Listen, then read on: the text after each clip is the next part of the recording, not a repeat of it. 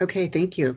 So we will welcome everyone and call the February 16th meeting of the Contra Costa Transportation Authority Board meeting to order. And if you will please join me in paying attention to this short video.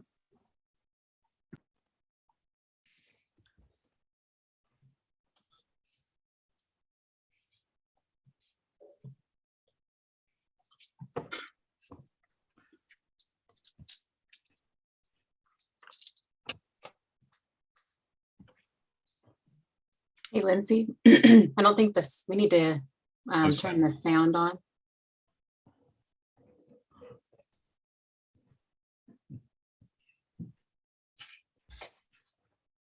Sorry, could you say that again? Oh, I couldn't hear anything. Was I the only one? No sound. Sound was No not sound. on. That was great. Let's try this one more time. Thank you. Thank you. I will start the video over.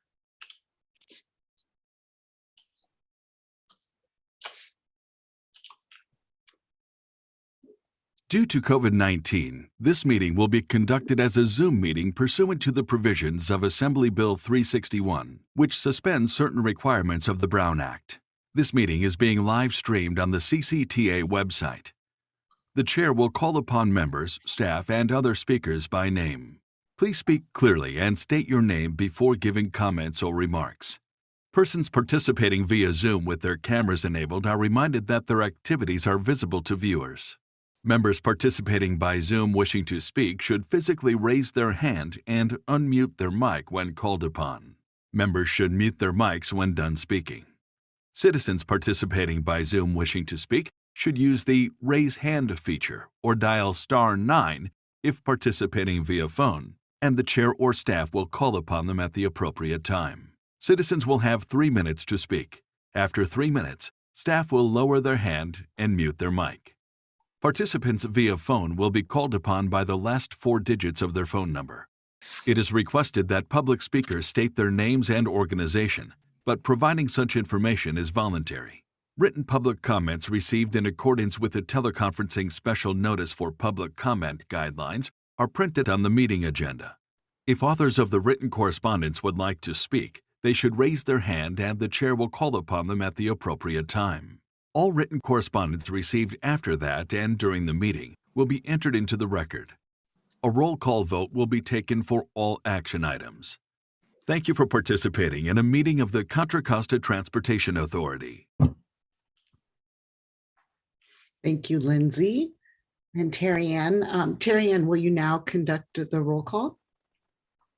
Yes, Commissioner Arnrich, Here. Commissioner Butt, Here. Commissioner Glover, Here. Commissioner Haskew, Here. Commissioner Hudson, Here. Commissioner Mitchell, Here. Commissioner Nowak,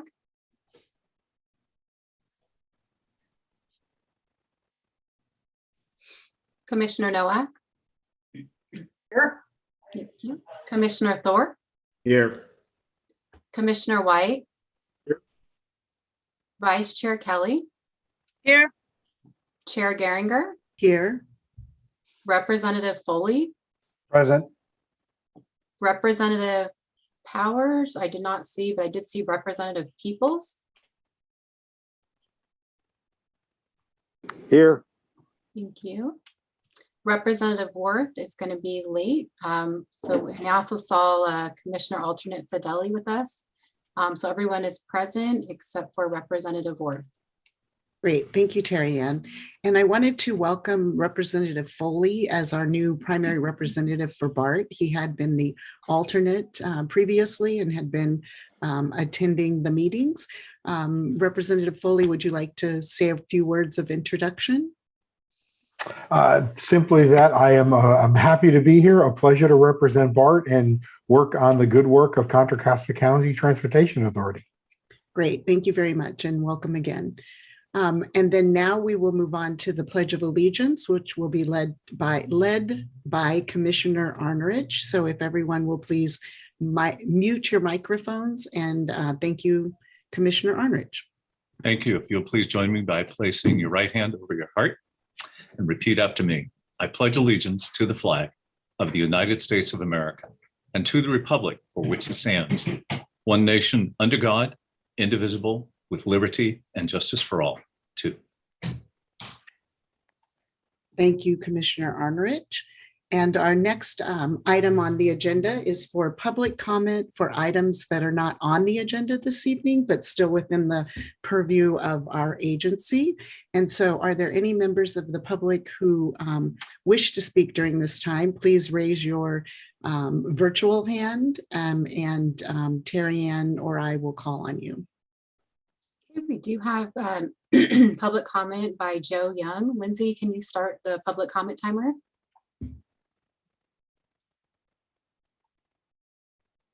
Okay, and I will go ahead and unmute you. Thank you and welcome. Can you hear me all right? Yes, thank you. Welcome.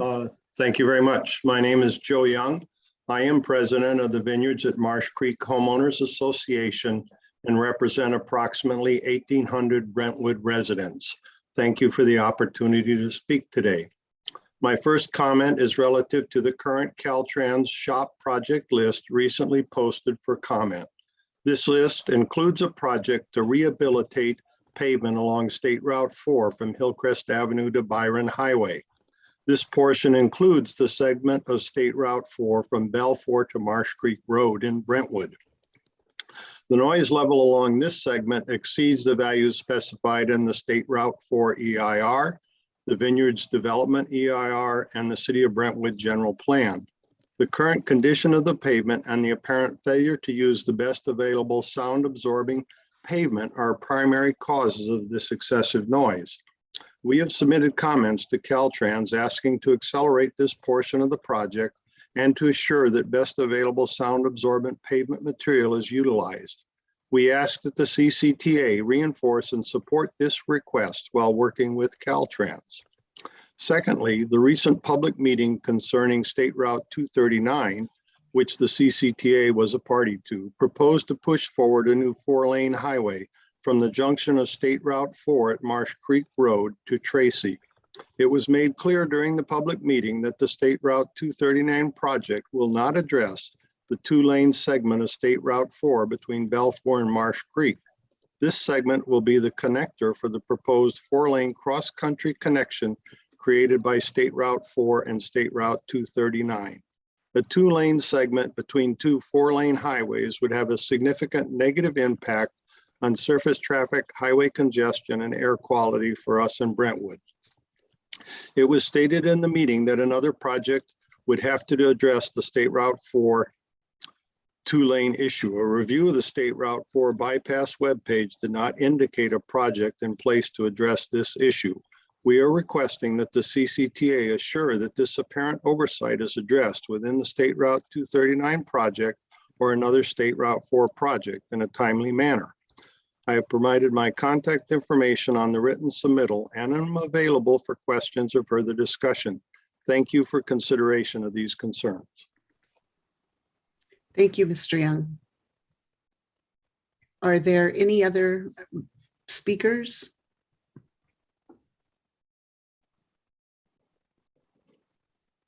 Or did we receive any written public comment, Terry Ann?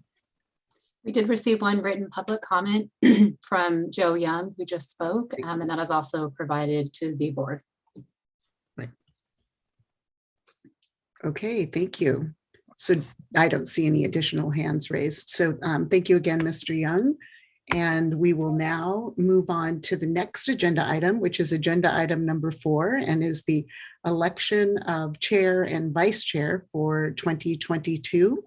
And Terry Ann, have we received any written public comment on this item? No written public comment has been received. Are there any members of the public who would like to comment on this item before we move to nominations? We have a comment from Commissioner Mitchell. Oh, Okay. I'm sorry. No, I want to I- make a motion yeah. after public comment. Yeah. No public comment. Thank you, Terry Ann. And so we will now move to nominations and a motion. Yes, Commissioner Mitchoff. Thank you. I move that Chris Kelly be our new chair and Federal Glover be our new vice chair. Okay, thank you. Do we have a, Second. was that Commissioner Arnerich? Thank you. Yes. So is there any additional comments from any commissioners before we ask Terry Ann to call the vote? We have a motion by Commissioner Mitchoff and a second by Commissioner Arnerich. Seeing no waving of hands, Terry Ann, will you please conduct the roll call vote? Yes, Commissioner Arnerich, Yes. Commissioner Butt, Yes. Commissioner Glover, Yes. Commissioner Haskew, Yes. Commissioner Hudson, Yes. Commissioner Mitchoff, Yes. Commissioner Nowak, Yes. Commissioner Thorpe, Aye. Commissioner White, Yes. Vice Chair Kelly, Yes. Chair Geringer. Yes. Motion passes unanimously. Great. Well, thank you very much and congratulations now Chair Chris Kelly. And I will hand over the virtual gavel to you and turn the And- meeting over to you. Thank you. And I have my virtual gavel right here as well. So thank you very much. And I want to thank Teresa Geringer for being the chair this past year. I think she's done an absolutely superb job keeping abreast of all of the issues and the challenges and running our board meetings so efficiently and so well. So thank you for your hard work, Teresa. Really appreciate it. I'd like to know if there are any outgoing comments for Teresa from here from the board. All right, Federal. Yes, I just want to echo those comments from Chair Kelly. You kept us on target and definitely got very familiar with the issues that was before us. So thank you for a wonderful job. Thank you. Any other comments? Karen Mitchoff? Thank you. Yes, I didn't want to, Teresa just did a fabulous job. We've had wonderful chairs in the past, but there was a lot going on this year and your calm and your equanimity. I'm not sure I would ever be able to be so, it's not that we've had a lot of controversy. It's just there's been a lot going on and with your other duties and responsibilities, both on the city of Lafayette as mayor and working for a very busy supervisor. I just really want to thank you for the excellent job you did. Dave Hudson, did you, yes, have a comment? Yeah, actually Karen said everything I wanted to say, so I would just add, Teresa, I think that is the fastest I've ever seen a chair put that gavel up to get rid of it, and the look on your face says it all. Every one of us that's been a chair knows exactly what you were feeling at that moment, and it was evident. Great job. Thank you. Newell Arnich? Yeah, I just want to add, and particularly what Karen Mitchoff said, I absolutely wholeheartedly agree. If you really think about it, Teresa is one of our newer commissioners. We used to think Luella was, but she's been here now for a long time. To step in, to be so up to speed, so engaged, and so welcoming to everybody and making sure that everybody has the opportunity to speak. Teresa, you have a real skill in running meetings, and it's been a joy to work with you. So thank you, thank you. And good news is you're not going anywhere. So. Yes, definitely glad you're staying on board, Teresa. Any other comments? No? Well, thank you. Let's move on. So our next item here, our committee is, yes. Sorry, can I read the commendation and present? Oh, yes. Oh, I'm sorry. Yes. So we'd like to commend Teresa Geringer for dedicated service to the authority as chair from December 2020 through February 2022. Teresa Geringer led the authority with enthusiasm, respect, and resilience, and as chair, she contributed to a noteworthy year, which included securing $18 million for future phases of the I-680 Highway 4 interchange project from the state's Trade Corridor Enhancement Program, achieving several major milestones for the Innovate 680 program.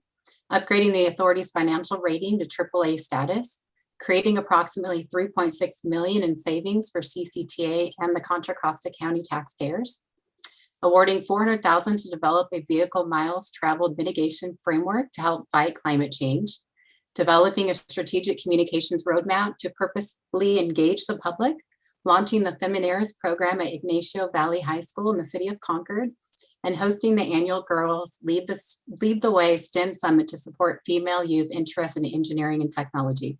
It is with gratitude that we recognize Teresa Geringer's leadership as chair and her steadfast commitment to the delivery of Contra Costa County's programs and projects. Presented with appreciation this February 16th, 2022. Let me turn off my background actually so you can see this.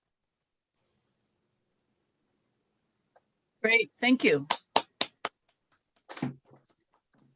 Thank you, Terry Ann. The plaque that we will be presenting to you. Hopefully you can see it well. Yeah, thank you very much. And well, when you put it like that, Terry Ann, we did get a lot done this year. And I have been honored to be the chair, as Newell pointed out.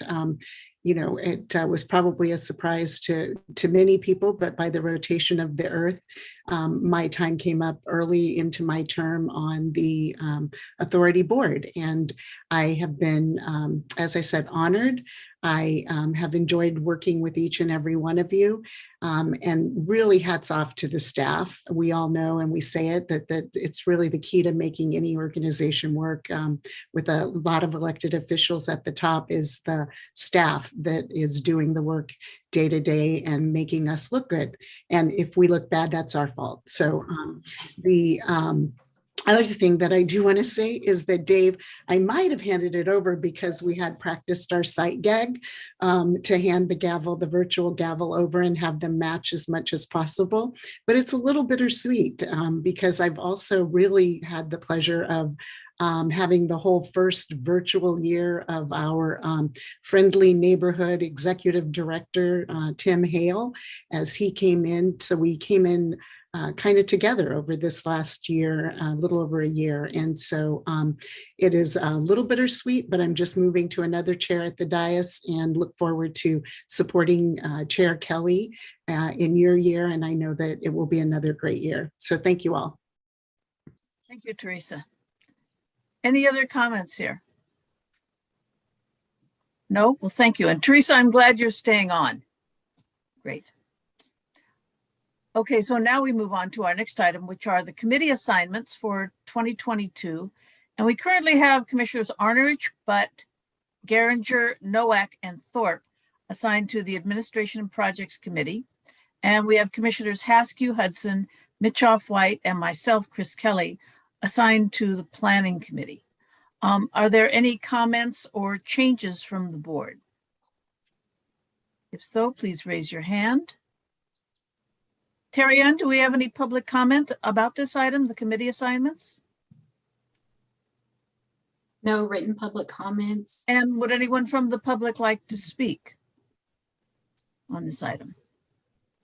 Well, then seeing none, do we have a motion here for the committee assignments? So I move move- to accept those assignments, Hudson. Second. Okay, so a motion by Hudson, seconded by Butt. Terry Ann, could you please conduct the roll call, please? Commissioner Arnerich. I see you, yes. Thank you. Commissioner Butt, Yes. Commissioner Geringer, Aye. Commissioner Haskew, Aye. Commissioner Hudson, Yes. Commissioner Mitchoff, Yes. Commissioner Nowak, Yes. Commissioner Thorpe, Aye. Commissioner White. Yes. Vice Chair Glover, Yes. Chair Kelly. Yes, Motion passes unanimously. thank you, Terry Ann. So now on our next item are the presentations. We have two this evening. And the first one is a presentation by Peter Engel, an update on the WETA Water Emergency Transportation Authority. Peter Engel? Yeah, thank you, Chair Kelly. And first, let me just say that Thank you, past Chair Geringer, for your leadership. We had a great year, and I know it's going to continue forward with Chair Kelly, and congratulations on your appointment. I just so look forward to this next year. And Chair Kelly is certainly from West County, familiar with Seamus Murphy from WIDA. Seamus is the new, I don't know exactly, Seamus, what your title is, Executive Director or CEO or whatever it is. Seamus took over about the same time Tim did at CCTA, so he's new at WIDA and has great leadership for the ferry service. And he's going to give us an update tonight on what WIDA is doing with regard to the Richmond service, as well as, you know, WIDA's response to COVID and how the recovery is happening, and the planning work that they're doing for future WIDA service. So Seamus, thank you for being here, and I'll turn it over to you. Yeah, thank you, Peter. Appreciate it. Thank you, Chair Kelly and commissioners, for the opportunity to share a little bit about what we're doing. It's been a busy year for WIDA. I can certainly sympathize with celebrating the first year of virtually being in charge of an organization like Tim Hale has. It's been challenging, but we're making some good progress. And so we'll share a little bit about what we're doing and how it affects the Richmond service, and what's in store moving forward. Just a little bit of history first. WIDA was formed by there's been a couple of different iterations of legislation that has led to where we are today. At WIDA, we do have 5 state-appointed directors that govern our organization. We're tasked with operating and expanding the ferry service on the bay, but also have the unique responsibility of administering emergency response, waterborne emergency response when it's needed. You can see here the timeline of how operations have expanded. We assumed operations in 2011. We combined the Vallejo services and Alameda services that were already in place. Have expanded service at times, including the launch of the Richmond service in 2019. We just recently launched a new route from Seaplane Lagoon in Alameda to downtown San Francisco last year. And as you can expect, the pandemic hit us as hard as it hit any transit agency. We were sort of the perfect storm of characteristics that would lead to a dramatic ridership drop. We saw more than 90% of our riders leave the service initially. We kept service in place to make sure that we had operations for essential workers that needed to travel. We did eliminate a couple of routes completely because they were purely commute routes that didn't include essential workers as a large portion of the ridership. And the fiscal impact for an agency like WIDA's was really profound, where we, before the pandemic, were largely a fare-dependent agency. We liked to really boast about our fare box being at 60%. That's not an easy thing for a transit service to achieve. And when all of that goes away overnight, it certainly presents some challenges. Fortunately, we did, like so many other services, benefit from the CARES Act, the CRISA Act, and then the ARP Act. And the combination of those 3 COVID relief packages have allowed us to maintain service and maintain staffing during the darkest days of the pandemic. It's also allowed us to bring service back. And we did that last year in July through a pandemic recovery program. We based that program on core principles that were adopted by our board. Those principles were oriented towards incentivizing ridership return. We didn't want to wait for conditions to change and just hope that riders came back. We really wanted to focus on what we could do to incentivize that return, to broaden the base of our ridership, to include a more diverse ridership base, to change our service and our fare structure to appeal to travelers that were likely to emerge from the pandemic last summer when things were starting to open up. And we did include, as a part of our strategies, a significant reduction in fares, 15 to 40%, about 20% system-wide, but 15 to 40 depending on what route that we're talking about. And so did it work? It did produce some immediate results that were a lot to celebrate. We saw ridership almost double overnight when we brought our service back. We were the first transit agency to bring 100% of our service back. We demonstrated that there was a lot of latent demand out there waiting to come back onto transit if the service could just be put back in place. We saw some dips. The first dip you see is the Delta variant happening over the summer. We started climbing out of that. Weekday ridership and weekend ridership both were climbing pretty steadily out of Delta. That second big dip is the Omicron variant, and you can see it's much more profound than the Delta variant reduction. But what you don't see on this chart is the climb out of Omicron, which is just happening, as we know, over the last most recent weeks, and that has been a steeper climb back than the climb from Delta. So we have reason to be optimistic that people will get back onto our system and start traveling again more rapidly than they did with the Delta variant. You can see how we compare to some of the other regional systems. This is not a contest, but we do think it's important to measure ourselves against other systems around the region.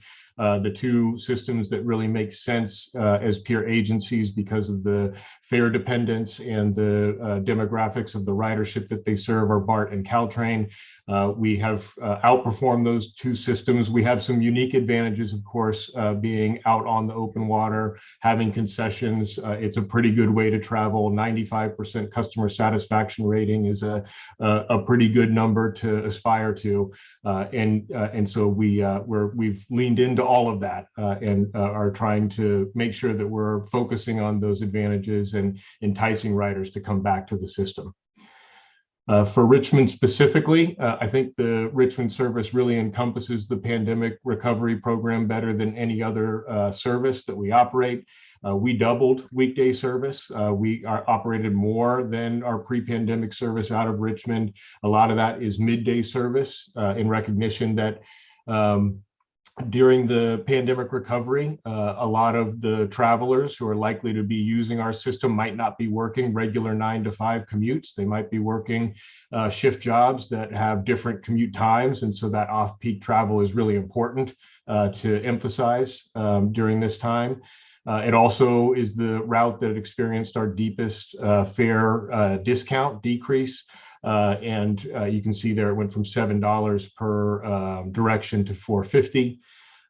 Clipper Start was something that applies to all of our services, but it is important to note that that's an enhancement that is leading to a more equitable and diverse ridership base on all of transit. Systems could choose, agencies could choose what sort of discount they wanted to offer through the Clipper Start program, and the WIDA board chose to provide a 50% discount, and that is ongoing. It's not going to go away.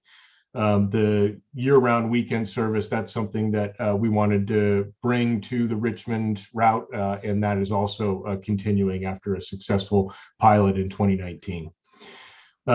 You can see here the Richmond service is really leading the way as far as pre-pandemic ridership and our effort to return to ultimately 100%.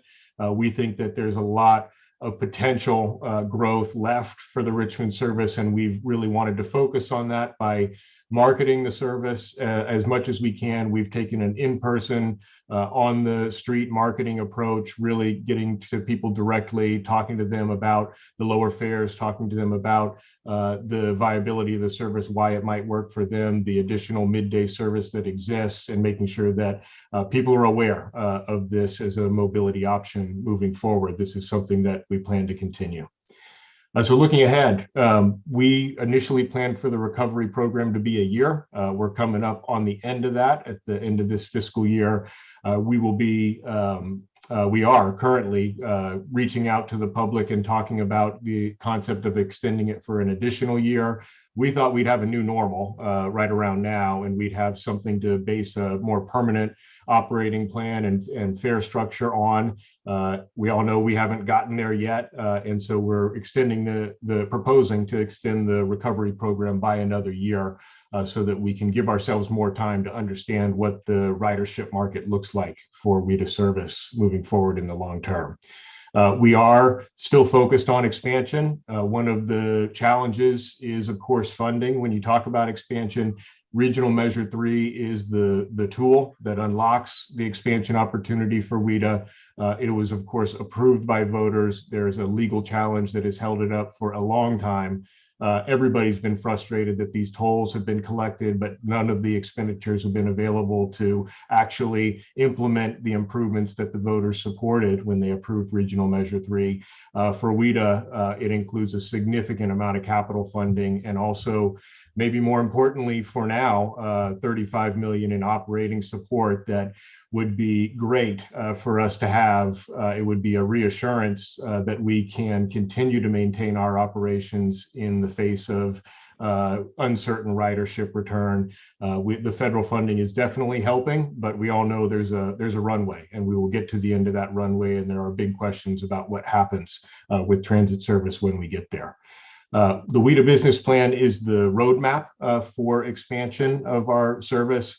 It includes a number of different studies that don't just involve expansion, but also the transition of our fleet to zero emissions technology, and a number of other programs, including our permanent fare structure that we will be implementing in the long term. It's intended to provide us with some guidance about metrics that we'll look to guide and prioritize the expansion of the system.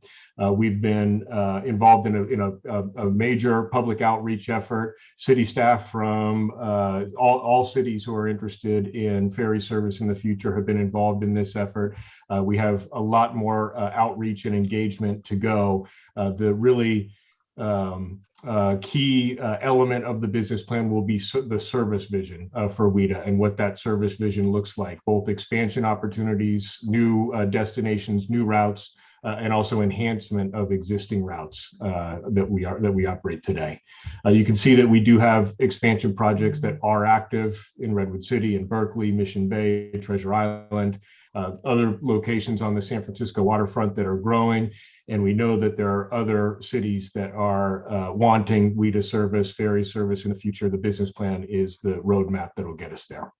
I'm happy to answer any questions, respond to any comments that you might have. I also have my colleague, our planning and development manager, Kevin Connolly, here to assist if needed.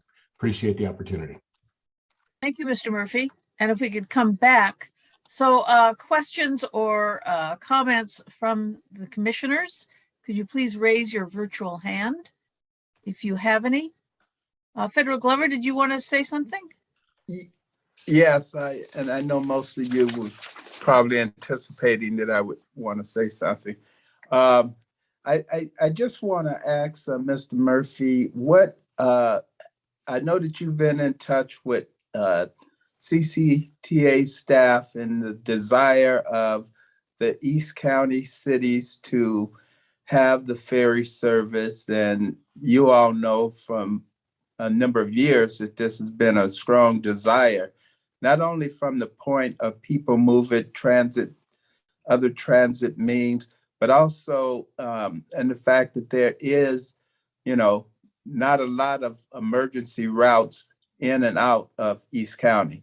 And so can you talk a little bit about what the dialogue has been and where WIDA sits in making this a reality? Yeah, thank you for the question. Yeah, those cities on the Carquinez Strait, the cities that you're talking about have been heavily engaged in the business plan effort. We've had separate conversations with them, with staff about how we can get there. Regional Measure 3 is, of course, a necessary element and part of that.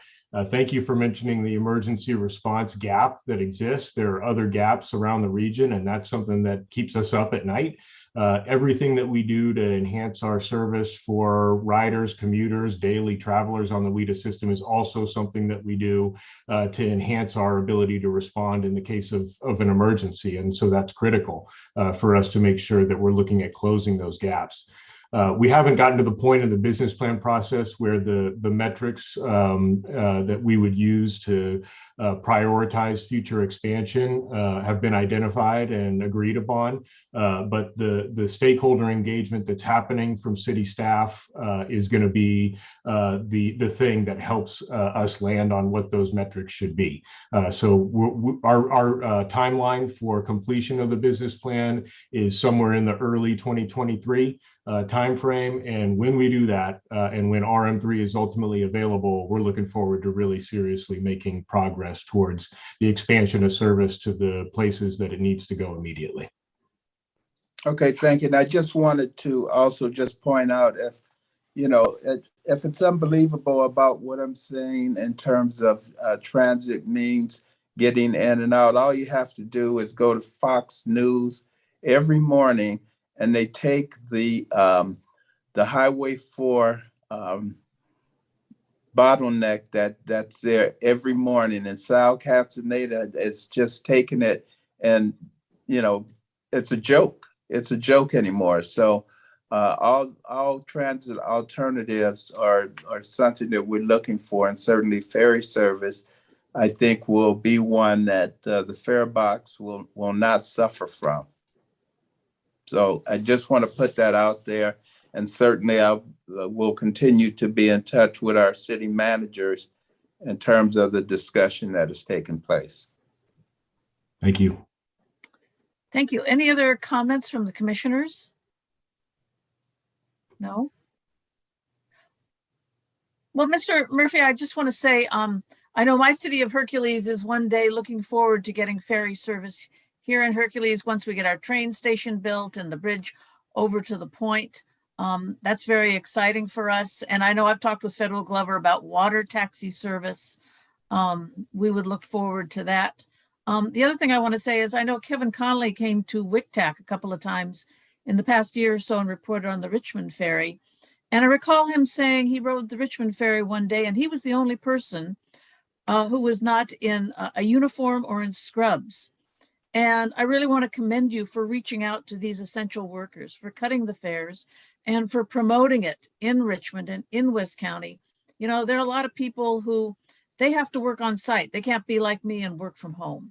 And they're now learning about the ferry and using it. So, keeping the fares lower and promoting it is really a wonderful thing. It is really meeting some needs. So very much appreciate that. I see Holland White has some comments. Thank you, Chair Kelly, and just want to join my colleagues, Mr. Murphy, in thanking you for the presentation. I'm currently the mayor of the city of Pittsburgh, and I just also wanted to express on behalf of my council and my community that we are extremely interested in understanding how to engage in the planning process as well. As we all know, BART is really the only option that East County residents have that don't have access to Amtrak to really get to the city and around the Bay Area. And so this would be a tremendous opportunity, not only from a water emergency standpoint, but also an economic development, tourism, and mobility standpoint. And so I hope to engage with you and your staff and our staff as we move forward into next year. Absolutely. We'll make sure that your staff there is engaged already. We will make sure they're invited to participate every step of the way, and we'll reach out again and make sure that we have all the right folks hooked up with the business plan process. Appreciate that. Thank you, sir. Thank you. Any other comments from the commissioners? Terry Ann, do we have any written public comment on this item? No written public comment. And is there anyone from the public who wishes to speak? No, seeing none. No comments. Okay, well, Mr. Murphy, Mr. Connolly, thank you very much. Appreciate it. And don't be a stranger. Come back sometime. Absolutely. Thanks so much. Thank you. Thank you. So our second presentation tonight will be by Lindsay Willis. And Lindsay is going to discuss the State Route 4 and Interstate 80 travel behavior study results. Lindsay? Thank you, Chair. Good evening, Commissioners. As you may recall, last year we did a transportation habits study on the 680 corridor to really understand a little more deeply, not just how people travel, on that corridor, whether it's by car, by bicycle, by transit, but also why they make those travel decisions that they make. And it yielded a lot of really rich data for CCTA in trying to learn how we can overcome some barriers that people may have or perceive in terms of getting out of their single occupant vehicle. And we got such good data from that survey that the request of this board was that we go back and actually do a similar survey on 2 other major corridors in our county, Interstate 80 and the 242 Highway 4 corridors. So this evening, we're going to present the results of those 2 surveys to you. We're kind of just smushing both of the results together and giving them to you in one presentation. And so I'd actually like to introduce the lead researcher on this project, Nicole Hilaire with Convey, who's going to share the presentation and give it to you this evening. And I know that she's got a few of her teammates, Rebecca Krowick with Convey and Sarah Labatt with EMC Research, also here to answer any questions that you have. And we're just going to give you kind of a little snapshot overview of some of the research. There's so much, we're still kind of digging through all of it, but hopefully this will be an opportunity for you to learn about what we found, and we can dig in and come back more in the future if you'd like. So Nicole, feel free to take it away. Thanks so much, Lindsay, and congratulations to the new chair and vice chair. So my name is Nicole Hilaire, and I'm a behavioral scientist with Convey. I'm excited to share these results with you. We conducted this research in partnership with EMC Research for CCTA. And the work that I'm presenting on tonight, as Lindsay said, stems from Tim Hale's vision to use insights from behavioral science, the study of human behavior and motivation, to shape transportation in Contra Costa County. So nearly 2 years ago, we conducted an innovative study of the 680 corridor, the results of which were so important and interesting that we decided to conduct research countywide. Our user analysis surveys were designed to examine residents' current understanding of concepts and get their beliefs and opinions on a variety of topics. Uniquely, our surveys were designed to uncover the why behind audiences' transportation beliefs and behaviors. Obtaining this information directly from the audience, rather than making assumptions, is critical for crafting projects and programs that address the wants and needs of corridor residents. So as I mentioned, we worked with EMC Research to ensure a robust sample of corridor residents. They took a mail-based approach to drive respondents to a website to complete the survey by randomly selecting addresses from a list of residential mailing addresses within the desired distance of the corridors. Data collection ran from October through December 2021, and reminders were sent via email, text, and postcards in late November and early December. The survey was available in English, Spanish, and traditional Chinese, and was available on paper by request. So overall, we collected comprehensive information on residents' transportation behaviors, barriers, and motivators. And so what I'm sharing tonight are some interesting highlights from across the corridors. And given the similarities between the 2 corridors, I'll present findings topically, sharing what we learned about the I-80 and SR4 242 corridors side by side. So our target sample size for each study was 2,000 participants, and in both cases, we exceeded that number. This gave us a margin of error of plus or minus 2.2%, meaning that we can expect the results to be within 2.2 percentage points of the true population 95% of the time. Both samples generally match the corridors in terms of key demographics like age, gender, race, education, and zip code. The survey began with some questions about residents' use of the corridor.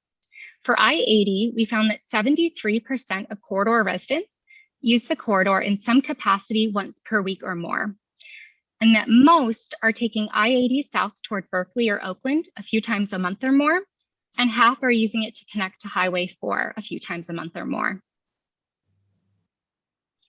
As for SR4, 68% of corridor residents use the SR4 corridor once per week or more, and most are taking 4 to get to 680 south toward Walnut Creek a few times a month or more. So next we asked residents about their mode use. So we found that 84% of drivers along the I-80 corridor drive at least a few times a week. And these numbers are similar to their pre-COVID levels. Further, we found that 72% of drivers are interested in driving less. An important subgroup of those interested in driving less are daily drivers. That's because helping them shift to sustainable modes would have a huge impact on the corridor. We call this group our champions of change. For I-80, this makes up 40% of corridor drivers. And you may remember us talking about this champion group from our research on 680.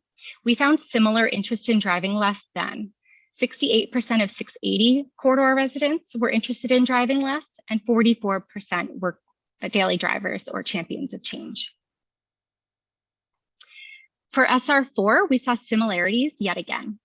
87% of drivers along SR4 drive at least a few times a week, which was similar to their pre-COVID levels. 67% of drivers are interested in driving less, and 40% are corridor drivers who are motivated to drive less and daily drivers. These are our champions of change.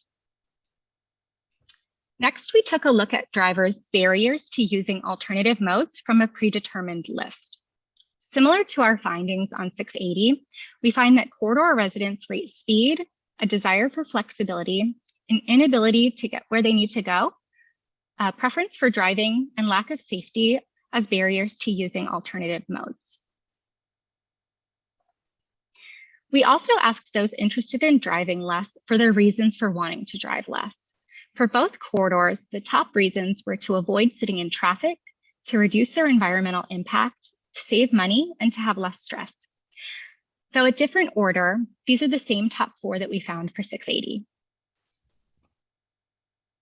Another goal of this research was to understand corridor residents' priorities for transportation projects and programs. So we asked what they thought would have the greatest impact on transportation in their areas from a predetermined list. This question is unique to these 2 surveys and was not asked of 680 residents, though some of these cities were also surveyed for 680. So getting back to our larger group of corridor residents, we learned that the top 3 priorities for I-80 residents were highway congestion relief, local road maintenance, and regional transit improvements. The top 3 priorities for SR4 were highway congestion relief, major road congestion relief, and local road maintenance. Importantly, these preferences for different projects and programs tend to vary by city. So while residents of most cities prioritize highway congestion relief, some have different top priorities. So for example, Clayton, Concord, and Discovery Bay desire major road congestion relief. Crockett and Richmond would prefer local road maintenance. El Cerrito and Hercules desire regional transit improvements, and Pleasant Hill would like to see complete streets. So we also wanted to help CCTA understand what modes people are underutilizing, yet willing to try or increase. So this can help shape projects and programs, especially when we start to break it out by audiences. With this information in hand, we can answer questions like, what services should we consider for a mobility hub in Pittsburgh? And what programs can we develop to help college students access desired modes? So let me begin by orienting you to this graph. For modes like walking, telecommuting, and carpooling, a large percentage of corridor residents are found to already use these frequently, which is a few times a week or more. And that's shown in these gray-green bars. So other modes have room for improvement, like bike share or car share, with few residents engaging in these modes frequently. So we asked those who are underutilizing these other modes if they would be willing to try or increase their use. Corridor residents' willingness to try or increase, if they don't already use them frequently, is captured by these 3 shades of purple. Light purple, representing not at all willing, dark purple, representing very much willing, and medium purple, being on the fence or somewhat willing. So taking a closer look at walking, for example, we see that 40% of the corridor walks a few times a week or more, whereas 60% never or infrequently walks. We asked the 60% about their willingness to increase walking, and 43 of the corridor are somewhat or very willing to walk more. So overall, these data tell us that a large portion of I-80 residents are underutilizing modes, but they are somewhat or very much willing to use public transit and active modes, particularly BART, the ferry, local bus, and express bus. I should also mention that we asked about some additional modes, corridor-specific modes, but I'm showing a limited number here, so as not to present too much information on the slide. So looking at data for the SR4 corridor, you'll see a similar pattern from what we found for I-80. 1/3 of the corridor currently walks, telecommutes, or carpools a few times a week or more, shown in gray. We see that willingness to use the ferry and Amtrak drops. These were higher in the other sample. However, willingness to use other public transit and active modes like BART, walking, bus, or biking remains high. Understanding these preferences can help CCTA encourage mode shift. So we also asked some project-specific questions of corridor residents to support CCTA's project teams. For I-80, we asked about part-time transit lanes. After reading a description of part-time transit lanes shown above, we saw that 86% of corridor residents reported that they think it's a good idea. We also asked whether part-time transit lanes would increase residents' willingness to ride the bus. Surprisingly, we found that 37% of corridor residents who said that they were otherwise not at all willing to try or increase use of the bus could be swayed by the ability to bypass traffic by using a part-time transit lane. For SR4, we asked residents about their preferences for improving bus service from a predetermined list. We found that corridor residents would try or increase their bus use if it went to the places they needed to go, if buses were faster and came more frequently, and if it were safer at stops and on board, among other less frequently selected improvements. So another goal of this research was to make certain that we were hearing and amplifying the voices of those who have been historically underserved within the corridors. So when we look at data as a whole, we can miss the needs and preferences of certain communities. So therefore, we've isolated findings to see if anything stands out when we focus on specific groups of residents versus the whole corridor. Before diving into specific communities of interest, I want to spend a little time on the broader issue of access. So for both corridors, we found that nearly 1 in 4 lack access to reliable transportation. For residents along I-80, it most commonly kept them from spending time with friends or family. And for SR4, it's keeping residents from accepting a job or working. For both corridors, residents with access issues tend to be younger, lower income, have less formal education, people of color, and renters or living rent-free with friends and family. So next, we'll take a look at some of the specific subsets of the corridor. So we found that the majority of corridor residents are people of color, 64% for I-80 and 57% for SR4. And as I mentioned earlier, these figures match the data from the census. So taking a look at priorities for transportation, we see that the top 3 priorities for residents of color along I-80 are generally the same as those shared with the rest of the corridor. But when we focus on residents of color along SR4, however, we see that regional transit replaces local road maintenance as a top priority. Next, we looked at residents 65 and older, which make up about 20% of each corridor.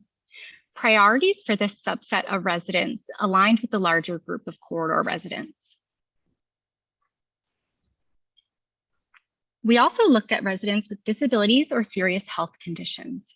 Approximately 15% of residents in each corridor report a disability. Most commonly, they experience an inability or serious difficulty walking. When looking at transportation priorities for residents with disabilities, we see that connecting to transit was a top priority for both corridors. For SR4, local transit was also elevated to a top priority for residents with disabilities. Finally, we looked at data for residents and households earning less than $100,000 per year. A little less than half of residents in each corridor belong to this group. When focusing on those making less than $100,000 per year, we see that priorities remain the same for I-80, but differed slightly for SR4. There, we saw that local transit became a top priority. So as you can see from our findings, there are a lot of ways that we can both look at and utilize these data. I'll share several next steps in the following slides. So given CCTA's goal to grow their relationships with residents, we asked survey takers if they were interested in participating in future research. We were blown away by their response. Between the three corridors, 3,600 residents agreed to future contact. We also asked if they would be willing to link their survey data to future research conducted by CCTA. Linking data across studies allows us to examine attitudes and behaviors, how they change over time, which is helpful in demonstrating the success of our efforts to encourage mode shift. Half of participants gave us the okay. So to build on these initial interactions with survey takers, we'll be sending a thank you note and a brief summary of findings. Also up next for CCTA are plans to share detailed information with project teams to support person-centered projects and programs, use insights from what we learned to design effective communications about projects and programs, and look for additional ways to partner with the public. I'd like to end by saying that we're so encouraged to see high interest in driving less across the corridors, but we know that our thoughts do not always translate to our actions. Across the three surveys, we asked those interested in driving less where they stood with this goal. About half report a lack of confidence in their ability to drive less. A focus of the work moving forward will be figuring out how to make it easier and more convenient for people to drive less. This can happen through the design of projects like those in the Innovate 680 program, or through our outreach by providing information that makes it easier to take alternatives or addressing some misperceptions about difficulties. This is a challenge, but it's also a real opportunity for CCTA to make a difference in the lives of Contra Costa residents. So I want to thank you for listening to our presentation tonight, and Sarah, Rebecca, and I would be happy to answer questions. Thank you, Ms. Alaric. If we can come back to the gallery view so we can see everyone, that's very interesting. Yes. So questions here from commissioners. Yeah, Newell Arnich. Val, this was really great. It's always fascinating to, hear a new perspective on how we engage with people in driving, and very timely as we're starting to come out of COVID. Did I understand when I was looking at some of the numbers there, was your N number, was that the number of respondents? Like one of them had 19, or how many people were surveyed in this? I missed that. In each of these, the SR4 and I-80 corridor surveys, there were 2,000 participants per survey. Those numbers at the end were those who were interested in keeping in touch for future research. Okay, so I saw a chart where you had N equals 1922, N equals 24, 26. Were those the participants in that particular? For that particular bar. Yeah, for each of the that's studies. great. That is really a successful. I don't know how you reach that many people, but that's great. Do you think, and I know this is always the challenge in getting certain people to respond, but sometimes people that respond about transportation are people really interested in transportation. Do you think that this really covered that full gamut? It might look that way to me, particularly on that last horizontal chart, where so many people didn't like public transportation. And, so that means they're not the transportation wonks who like to do this. So you think this really is a great cross-section? Yeah, well, this methodology allows us to collect a representative sample. So we're not necessarily like a convenience survey attracting people who are highly interested in following, some of the major agencies or kind of tuned into the issue areas. We're reaching people through the mail and have the ability to kind of touch a larger group than other surveys. This is great. Well done. Really, really appreciate this information. Exciting. It'd be great, like in 2 years to come back to almost an identical survey. Sorry, hopefully harvesting back on some of the same folks to see how their responses are, because, today's the first day in California where we don't have to wear a mask unless you're unvaccinated. Things are changing, government facilities are opening. So pretty cool. Thank you. Thank you. Thank you. Commissioner Tom Butt? So what happens with this now? What was the objective of this? What are you going to do with this information? Sure. So soon CCTA will be working to share detailed reports out with the project teams. So collections of questions that are highly relevant to each team. Obviously, there are things that touch on different projects more than others. And in addition, we'll be using these data to guide our communication efforts. And Lindsay, if you'd like to speak to this as well. I would just like to throw in that we're also partnering with many of our sister county transportation agencies and other regional agencies on corridor-wide efforts on Interstate 80, for example, and Highway 4 and 680. And so this is also survey data that we can share with those groups as we look at kind of regional efforts to help guide different, projects or plans that may be happening in the future. And I think that the goal, one, is to just have this, base of knowledge that we can share and also build from in the future. I think that's what's so exciting about the number of people who are willing to let us reach back out to them and follow them, is we've really kind of now developed a baseline of how people feel about some of these different things, and we can track progress from here on out. Oh, the main takeaway I had is there seems to be a lot of pent-up demand out there, and I mean a lot, but there also seems to be a lot of impediments. And so, how do you reconcile the pent-up demand with removing impediments? And just a little bit of personal experience. I've been riding the train to Sacramento again a lot. I used to do it a lot, and I didn't do it for 2 years, and now I'm doing it again. And I'm part of a group that is going to Sacramento a lot from the Bay Area, and they all drive. And I asked them, why don't you take the train? And they all had a bad experience. The train's always late, or we got to Fairfield and, something happened on the track and the train sat there for 2 hours, and so on and so forth. And I think that, trying to find a way to remove these impediments and get people to take a second shot at it, is really the key to getting people out of their cars and getting them on public transportation. And I don't know how many of these are possible. I mean, I don't know if there's anything you can do. I'll put it this way. In all the times I've ridden Capitol Corridor from Richmond to Sacramento, the train has never been on time, not once. So the question is, and it's not that bad. It's 5 minutes late or 10 minutes or 15 minutes late. But the question is, can you dive deep into some of these things that discourage people from using public transportation and try to find out if there's some way to fix it, because if you don't fix some of these things, people are never going to go there. And it seems like that might be a worthy place to, start looking.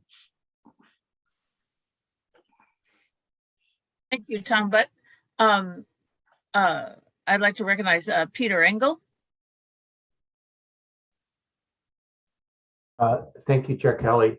I just wanted to mention that the timing on this is perfect. We've seen recent numbers from the 511 Contra Costa program that people who are engaged in the newsletter and on the website are at record numbers. And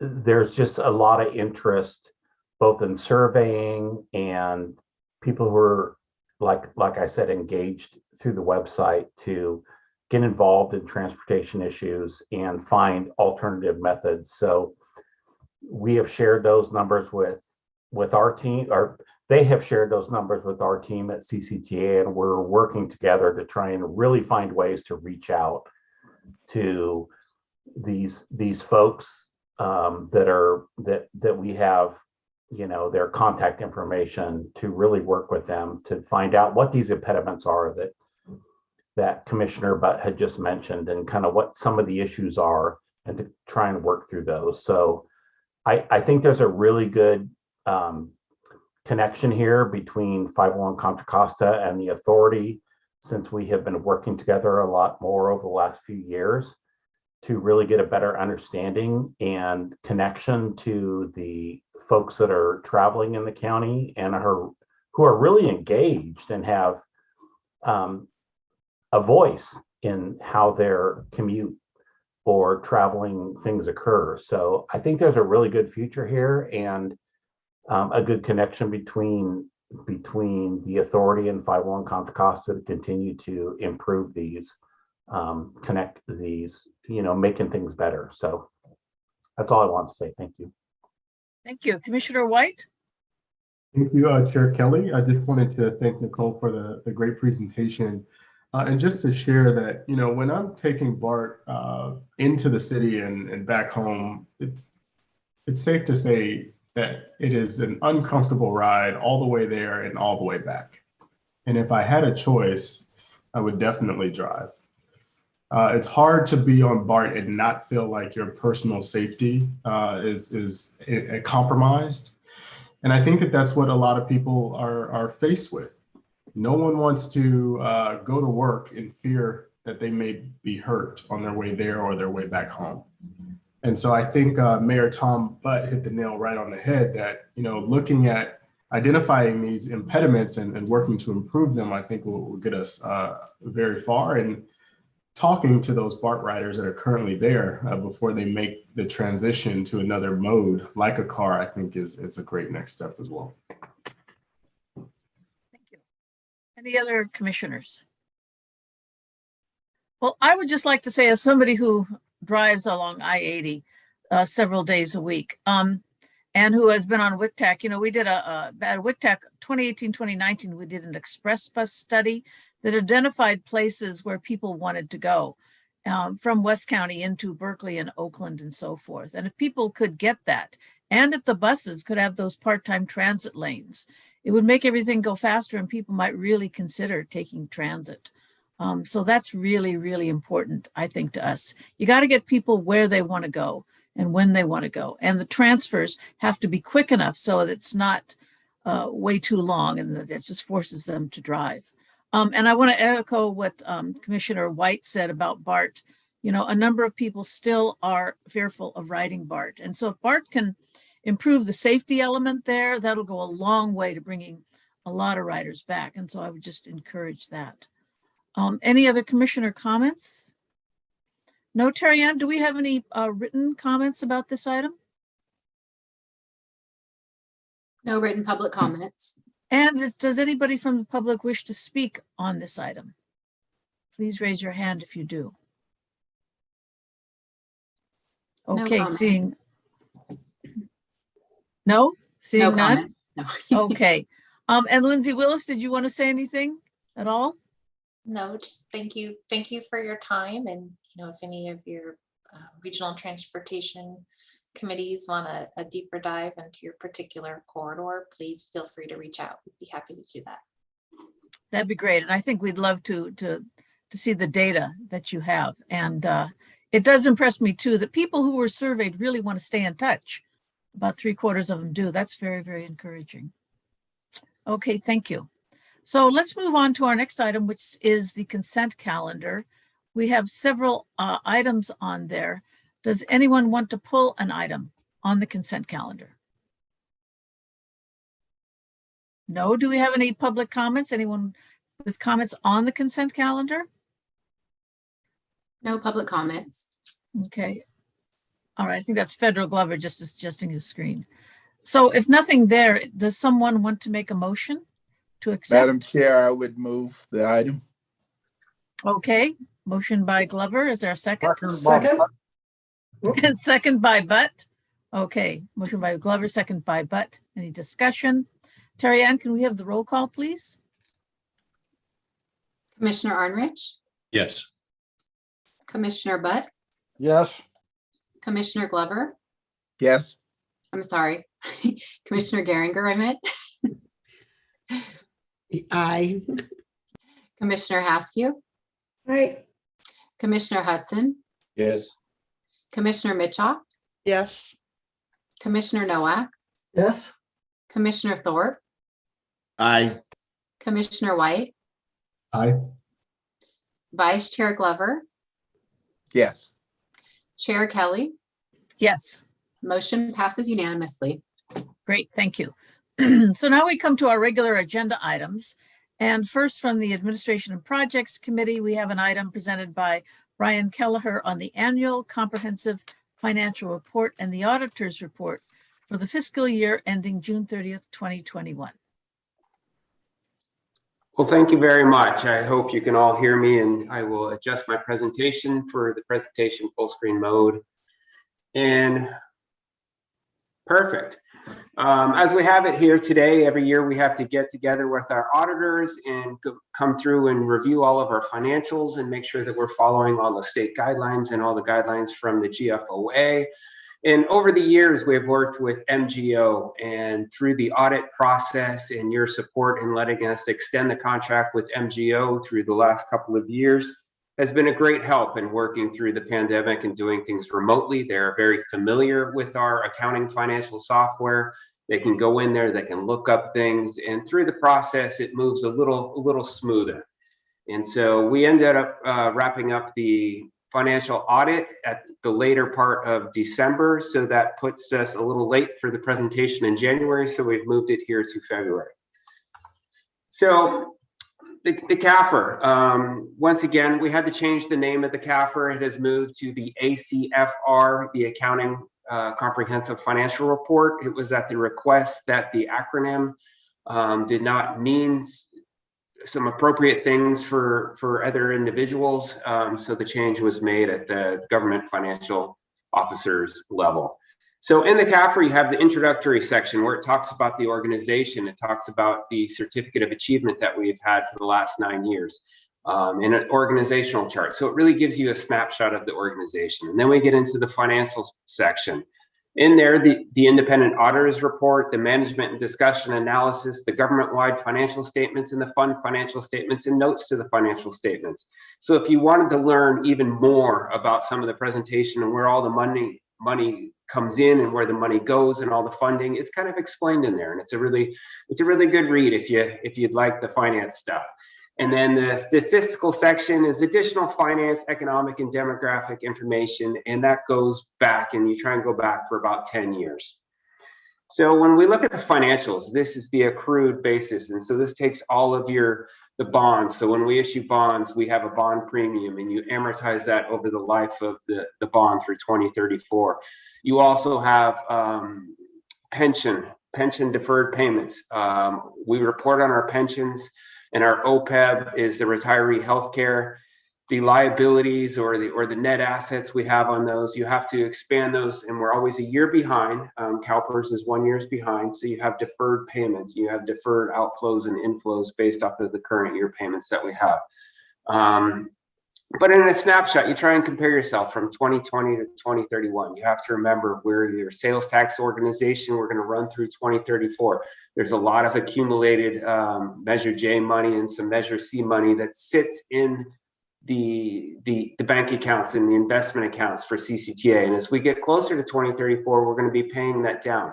We also, if you look in the middle, the liabilities went from 598 down to about 549. That's the timing of maybe accounts payable. We had some larger CIP projects in the year before, but in there is the long-term debt. And the long-term debt, we made a payment. It's about level debt service throughout every year. It's about $41 million. And so we paid off about $20 million in debt. So as we get closer, that negative deficit that you see at the bottom, you can see that it went from $410,000 to $390,000. And that's going to continue to get closer to a positive number as CCTA matures a little further towards 2034.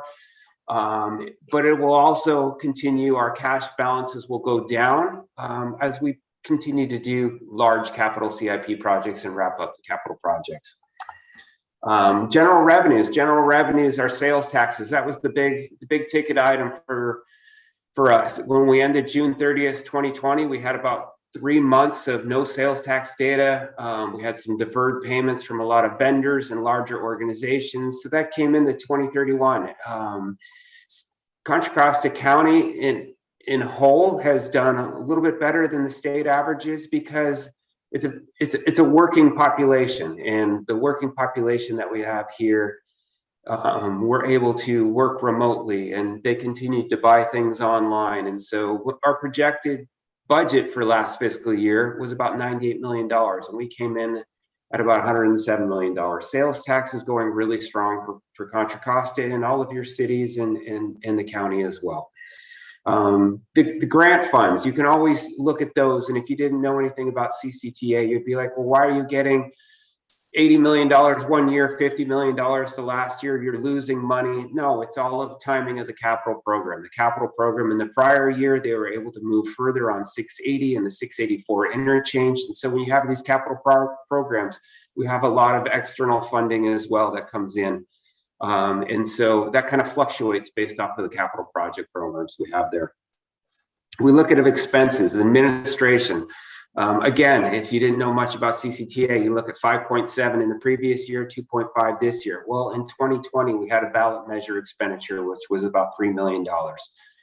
As you go down the programs, it runs about the same because the programs makes up, if you think of local street and maintenance is about 20%. We have the bus programs in there. So for every dollar we collect, about 60% goes to other projects and programs besides the capital programs. And a lot of that is in turn. So when the money is received, we then turn it over to the bus companies and some of the local street maintenance for all of the cities as well. So the transportation projects, kind of, I mentioned, it kind of goes up and down every single year.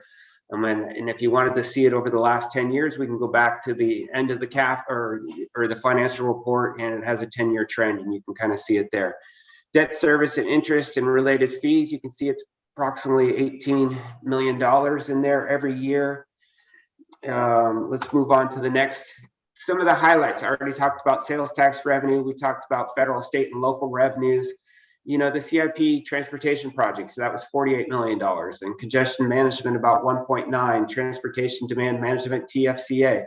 So we collect about $1.6 million. And as Peter was talking about 511, there's a lot of money that goes to those programs as well.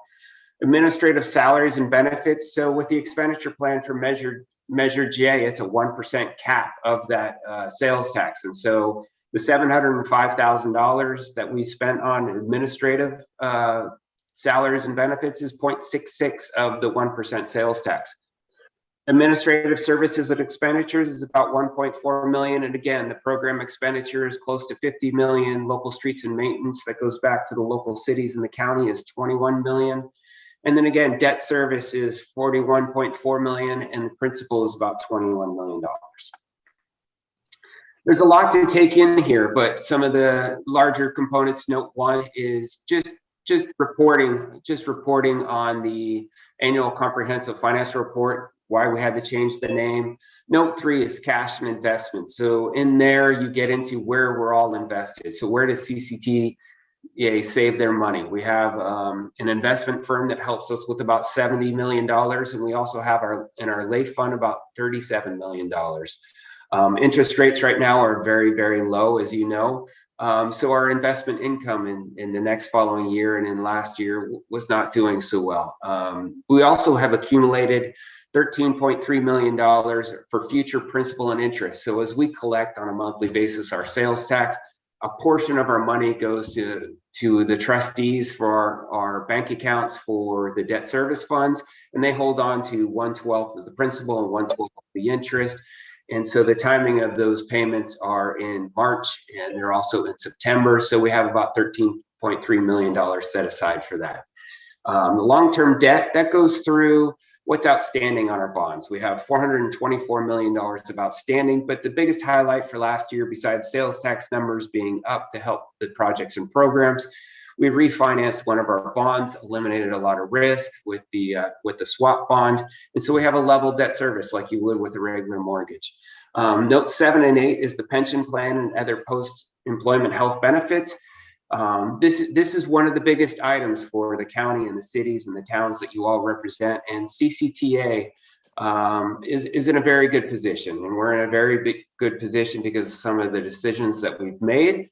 But we're also in a little bit different position than some of the other cities in the county because we have a small number of employees. So right now we're sitting in a great position. We're currently have an asset of $407,000 on our OPEB side, and we have a liability of $427,000 on our pension. And again, this is reporting for the year prior, so we're reporting on fiscal year 20.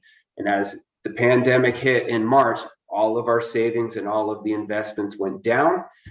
So with the ending year of June of 2021, 6-7 months ago, we earned 20% on our money at CalPERS. And so when we come to the board and we say, hey, we would like to invest $1 million or $2 million in our pension or our OPEB, we don't earn that. We probably earned about 1% on our investments last year. And so we're sitting on a lot of cash for our projects and programs, and we need to meet our liability. So when we invest it and we earn 20%, that's a pretty good deal for the authority.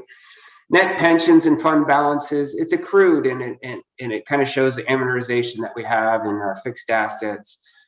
And so that's a negative only because we do not hold any of these assets. So as we build all of these projects and we spend all this money and we've issued all this debt to build these for the city and the county and the highways, we don't hold these assets. We turn them over to the cities, we turn them over to the county or to the state, and then we hold the debt and we make debt payments through 2034. So with that, I mentioned the statistical section in the back. It shows everything we've done over the last 10 years. You can kind of see how our sales tax is, all the projects and programs and the money that we put forward. And with that, I'm going to turn it over to Annie Louie. Annie is a partner with MGO. They've been with CCTA for a number of years. They came in and they did an audit of the financials, and she has a short presentation for you, and she will talk to you right now. Good evening. Thank you for having me tonight. I'm Annie Louie of MGO. I'm the audit engagement partner.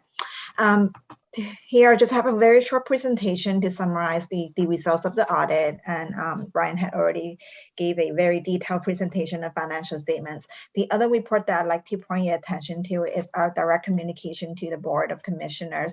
That talks about the audit process, important matters that we may feel the need to bring to your attention. If you can please go to the next slide. One thing that I always like to highlight is management's responsibility for presenting the financial statements in a fair manner in accordance with GAAP, the generally accepted accounting standards. And our responsibility as your external independent auditor is to provide our opinion on whether such financial statements are presented fairly, and also to communicate any significant matters such as deficiencies in internal controls or non-compliance that we believe is warrants your attention as the governing body. Next slide, please. This particular slide here highlights the important matters from the report to the commissioner. As you can see, a lot of the items here are standard required communications, which means that no matters report is a good thing. If something happens out of the ordinary, or we have a deficiency or comment for improvement, that would be noted here. The one thing that, as you can see in the middle of the slide here, that I usually highlight in my presentation are the significant financial statement items that you may want to pay closer attention to. And, a lot of it is already covered in the previous presentation that Brian just gave. But the reason for the highlight is that these items listed here involve significant estimates, in terms of the fair value adjustments, as well as the pension and OPEB liabilities. So we want to mention that, estimates are estimates. They're based on the information that is best known at the time of the preparation of financial statements, but actual results can always differ from the estimates. We go through our audit procedures to ensure that the assumptions that are being used to develop those estimates are reasonable and appropriate for the circumstances. Other than that, it was a fairly smooth audit. I always thank management for the cooperation and assistance during the audit process. We were a little bit later than usual this year, but on and on, I would say that this being the second year in a remote environment for the audit has gone fairly smoothly, and I'm happy to report that the audit results provided a modified opinion. Sorry, I should have said that at the beginning. An unmodified opinion on a financial statement, which is the highest level of assurance that you can achieve under any financial statements audit. And we did not have any deficiencies or non-compliances to report.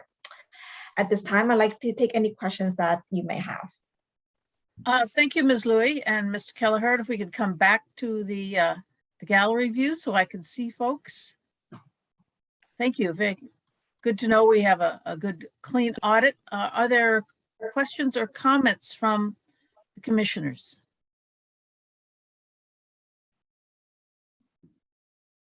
Anyone? No, it's quiet bunch. I would just yeah, add, Newell Arnich, I see your hand I would just raised. add, obviously we looked at this at APC, and I appreciate Brian and them have tweaked their presentation a little bit, but bottom line is things are in awfully great shape. Really appreciate Brian's approach and, sort of keeping us forward. We can't stand this new acronym because there's no pronunciation of it, but but other than that, I would recommend after we have hearing that we approve this as presented. Okay, thank you. Any other commissioners? Terry Ann, do we have any written public comments? Or Sorry, no written public comment. Okay, and does anyone from the public wish to speak on this item? No, then yes, Commissioner Geringer. I would be honored to second the motion and would echo Commissioner Arnrich's comments at APC. And it's just as exciting to hear it again tonight, how well the authority is doing, again, under the leadership of staff. And thank you to Brian and to Annie. Great, thank you. So a motion by Arnrich, seconded by Geringer. Any discussion? Anyone from the public? Doesn't look like it. Okay, Terry Ann, can we have the roll, please? Yes. Commissioner Arnrich, Yes. Commissioner Butt, Yes. Commissioner Geringer, Yes. Commissioner Haskew, Yes. Commissioner Hudson, Yes. Commissioner Mitchell, Yes. Commissioner Nowak, Yes.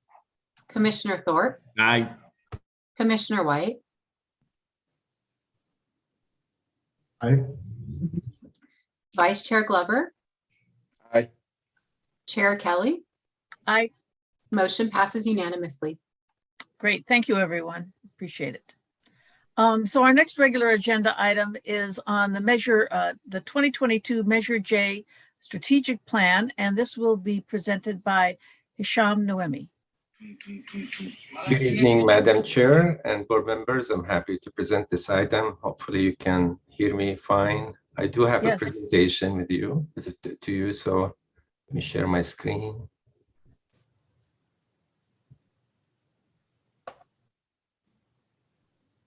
Okay, so back in September, we presented some of the decision we needed to make in the upcoming 2022 Measure J Strategic Plan.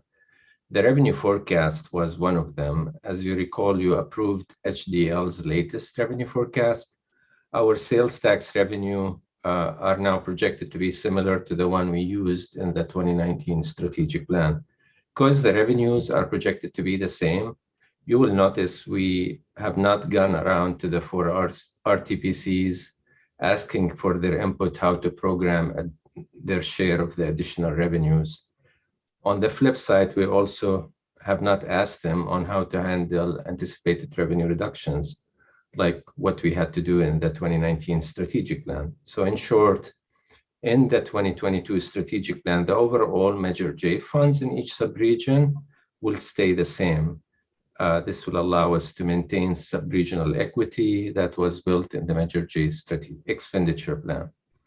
With over 2/3 of the project in the strategic plan completed or under construction, we anticipated to have some Measure J savings from the completed projects. My presentation today will focus on how we program them in the subregions where they are realized. Before I do that, however, I wanted just to give you a brief background on Measure J. I know some of you may have seen these slides, so I'll go quickly through them. We are now in year 13 of Measure J since it became effective on April 1st, 2009. Still have 12 more years to go before it expires. Each subregion share of Measure J funding in the expenditure plan was determined based on their 2020 population. The Measure J expenditure plan guides how we spend our Measure J dollars. It basically assigns funding to specific projects and specific programs. And as you can see in this in the pie chart, 57% of the funding from Measure J goes to programs. It gets allocated on an annual basis, like the money that bus operators get or the local streets and maintenance money that the cities get. The remaining 43% funds the capital projects, and it also pays for the debt service on the bonds as well as program management costs. Unlike the programs where they get a fixed percentage of our annual revenues, spending money that we already accumulated, the authority accelerated the delivery of projects by issuing bonds against future revenues. That is the reason, one of the reasons why we do the strategic plan and keep updating it every 2 to 3 years. Each time we update the strategic plan, we look at our assumptions on revenue growth, debt service costs, and cash flow needs. While our focus is on the next 5 years, we keep an eye on what happens at the end of the measure 12 years from now. We want to ensure our commitments don't exceed our revenues. When Measure J was developed, each subregion decided how much of their share to put in projects versus programs. The chart on the left shows the breakdown of Measure J project funding by subregion. As you can see, most of the Measure J funding for capital projects and the expenditure plan was actually in East County, about 49%, while the least was in West County, about 8%. The picture is reversed when you look at the programs in the right chart. West County has the most funding, the program, about 35%. When Measure J expires in 2034, our Measure J expenditures on capital projects, as we program it in the strategic plan, will have to resemble the chart on the left. You have seen this chart a few times before. It shows what our revenues did since 2004 when the voters approved it. It shows the big dip that during the Great Recession between 2007 and 2010 and the recovery period afterwards. Just for your information, the Great Recession did reduce the amount of funding that was originally projected to be generated by Measure J by about 30%. We are grateful that COVID-19 did not have a similar impact on our revenues. We were only down 3% in 2020 compared to the year before. The red line in this chart shows what we were projecting in the 2019 strategic plan. The black line shows the updated revenue forecast that you approved in September and that we will use for the 2022 strategic plan. Our new projections assume slower growth in the future compared to the one in the 2019 strategic plan. How you can see that from the slope of both lines. However, at the end of the measure, it happens that the revenues expected to be generated from both projections will be the same at about 2.59 billion. Despite the impact of the Great Recession in 2007, the authority managed to keep its promise to Contra Costa voters by following the four-pronged strategy you see on this slide. At this time, 2/3 of Measure J projects are constructed or under construction. By accelerating the delivery of our projects during the Great Recession, we managed to take advantage of low bid environment, infusion of state and federal money, and low interest rates on bonds. Completed projects and those under construction, the strategic plan added 2.4 billion to Contra Costa's economy so far and brought in about 1.7 billion in other fund sources. As of June 30th, 2021, 91% of Measure J funds programmed for capital projects in the strategic plan have already been spent.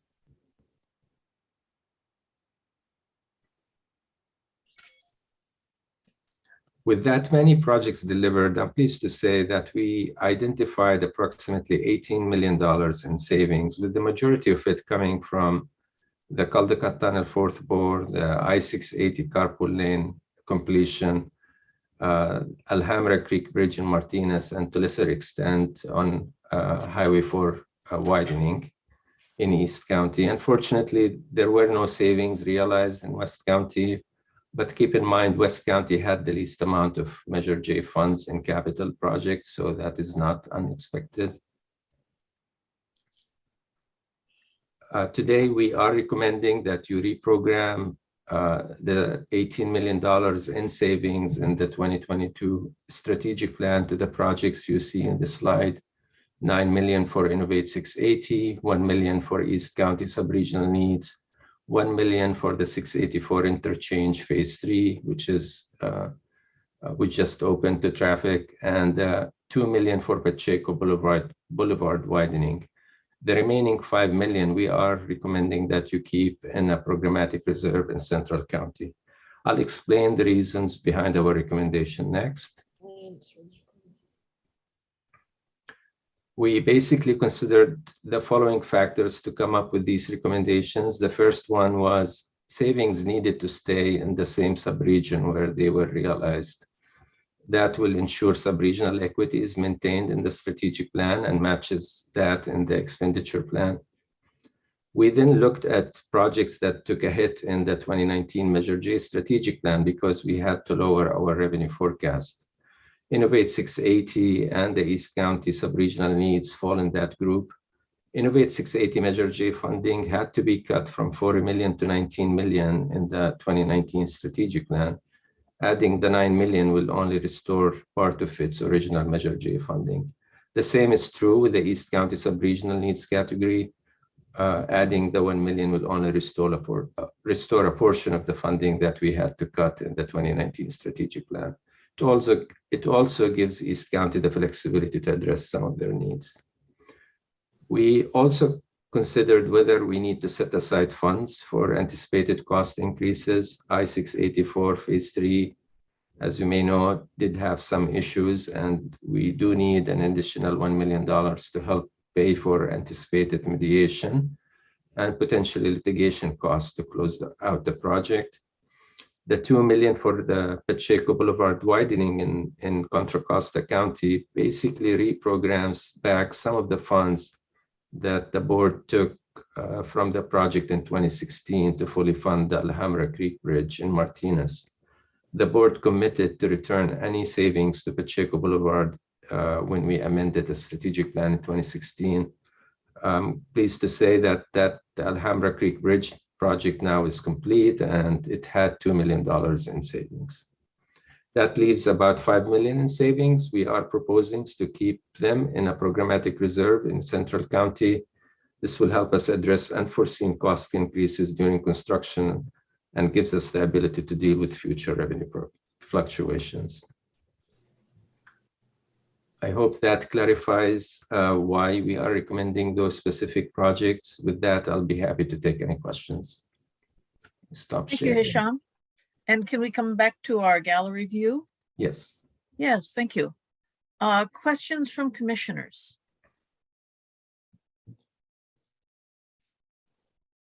Boy, you're a quiet bunch. None? Okay. Terry Ann, did, what I see, okay, first, Commissioner Geringer, and then Commissioner Arnage. And I will come off mute. I probably jumped in ahead of Newell, who's chair of APC, but we did have a pretty robust discussion about this item at APC. And I really want to thank Hisham for the PowerPoint presentation and the very clear description of where the savings came from and the rationale behind the recommendation. Okay, thank you. Right. And I would just Commissioner add, Arnage? yeah, I would just add that a little bit on that as well, that, you know, the monies, the savings go back to the jurisdictions that they came from. So we can't move these around. And the reason why this comes to the board, as opposed to just our TCP making the decision, officially, we still have to bless it, but all of these recommendations come from there. So if somebody's wondering, well, why is it here and not there? If an RTCP saves money on a project, and that's their choice as what to do with it, provided it meets the Measure J standard. So, and with that, I would be, after a public hearing, I'd be willing to make a motion. Okay, any other commissioners' comments? Second, Bob Butt. Okay, well, hold on just a moment. Terry Ann, do we have any written public comments? Or No does written. anyone from, none? Does anyone from the public wish to speak on this? No, so with that said, so we have a motion by Arnage, is that correct? Yes. And a second by Butt, is that correct? Yes. Okay, any discussion? No? Terry Ann, the roll call, please. Okay, Commissioner Arnrich, Yes. Commissioner Butt, Yes. Commissioner Geringer, Yes. Commissioner Haskew, Yes. Commissioner Hudson, Yes. Commissioner Mitchell, Yes. Commissioner Nowak, Yes. Commissioner Thorpe, Aye. Commissioner White, Yes. Vice Chair Glover, Yes. Chair Kelly. Yes. Motion passes unanimously.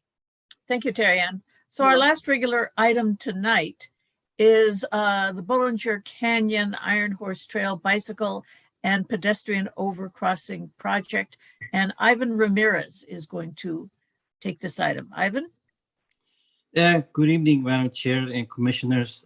My name is Ivan Ramirez. I'm the Director of Construction for the Authority. And I apologize, I'm coming off from my phone. My computer just went crazy on me. It's vibrating really loud. But this item is a action item, and it's related to the Iron Horse Trail, Bollinger Canyon Iron Horse Trail pedestrian overcrossing, where back in December, we issued RFP 21-3, requesting interested consulting firms to propose for construction management services at the project. We ended up receiving 4 proposals, of which 4 were ranked high enough to be called for an interview. And ultimately, only 1 firm was selected, and that was M&S. As the staff report notes, there were 3 panelists, 1 from the city of San Ramon, 1 from CCTA, and Caltrans primarily just as an observer. And when the results were ultimately tallied, M&S became the winner of the ranking.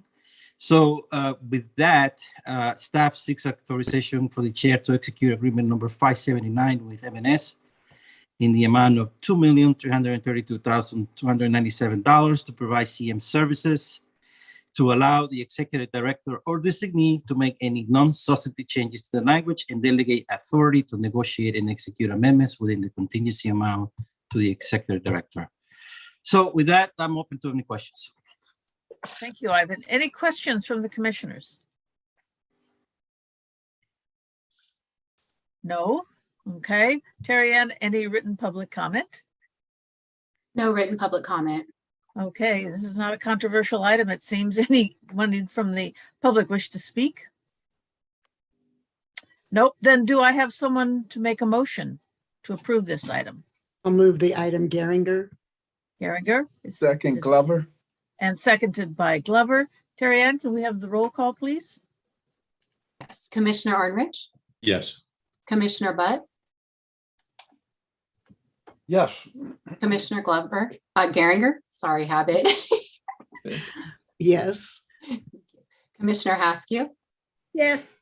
Commissioner Hudson, Yes. Commissioner Mitchell, Yes. Commissioner Nowak, Yes. Commissioner Thorpe, Commissioner Thorpe.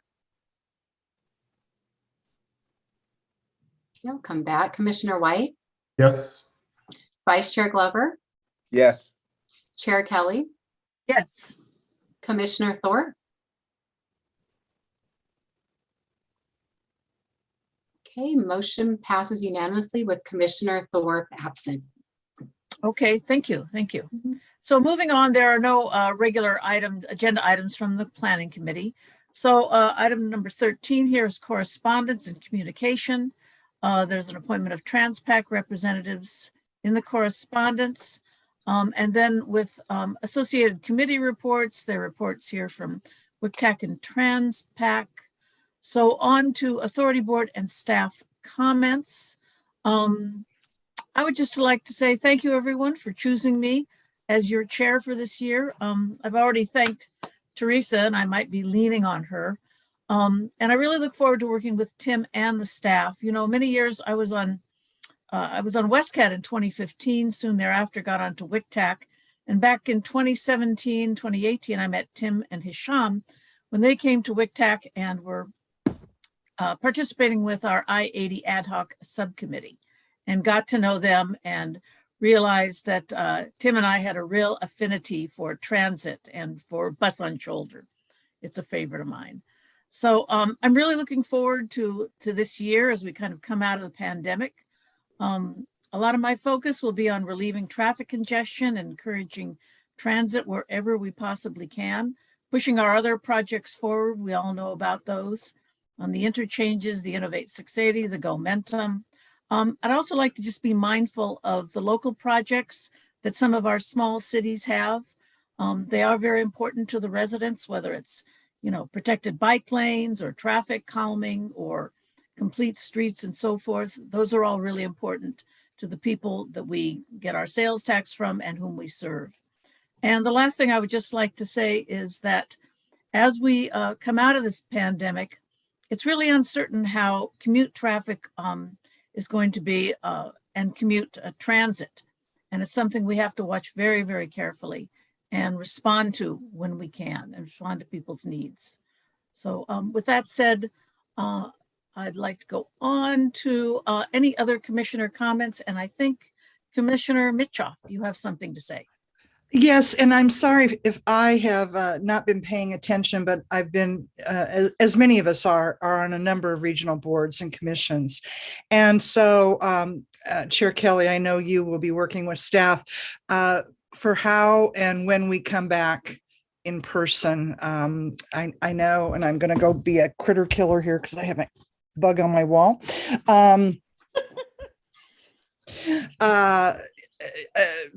I'm just looking at that. I don't know if we've had that conversation, and I know it needs, we need to have it on an agenda if we're going to be hybrid for all coming back. But as we all know, the governor's emergency order ends March 31st. However, I'm hoping he continues it because there's some long legislation in. Anyway, if we could have that conversation at either of our two March meetings. Thank you very much. And congratulations. I look forward to your leadership, but it's really nice getting to know you. Thank you. Likewise. Any other commissioners' comments? You ever noticed how Haskew comes before Hudson? Because HA, you went to school, didn't you, Dave? I thought you were going to go with the age thing for a minute, but that's okay. Or from our representatives, I see Amy Worth. Great. Thank you. Thank you, Madam Chair, and congratulations to Chris. And I can tell you, I can vouch for her enthusiasm for transit and bus on shoulder. You know, we're working on the Bay Bridge Forward. I mean, the Bay Bridge, Bridge Forward initiatives, which will be, you know, Federal and I have been working on, on getting the resources to put together to improve, transit service on the Richmond as well as the Bay Bridge. And I think I always kid Chris, and I say I should call it the Chris Kelly Initiative, because whenever we talk about getting buses down the 80 corridor faster across the bridge, I always think of Chris. So, but a couple of things. As you know, the MTC over the years has had resolution 3434, which is the resolution that provides for increased density around transit extensions. This is to provide, the ridership and the support to transit. So things like the East County extension of BART and the East Alameda County extensions. Well, those projects are all pretty much completed now. So MTC staff has put together some draft guidelines for transit-oriented communities. And I just really want to thank, so this is now the outreach period and the time we're looking forward to getting feedback from our communities and our cities and our transportation professionals about these guidelines. And I really want to thank Tim and John for taking the outreach to a great level. And they've scheduled meetings with not only our transportation folks in our cities, but with the planners. And it's really important that we engage the planners now, because they're the ones that can see how these particular policies would impact development in each one of their communities. So we're working hard on that and looking forward to getting your engagement, both from this board and the authority, as well as, appreciate the authority's efforts to bring all the city professionals together to really understand what these policies are and what works and what doesn't work for our communities. Thank you. Thanks. Mark Foley. Thank you, Madam Chair, and congratulations again.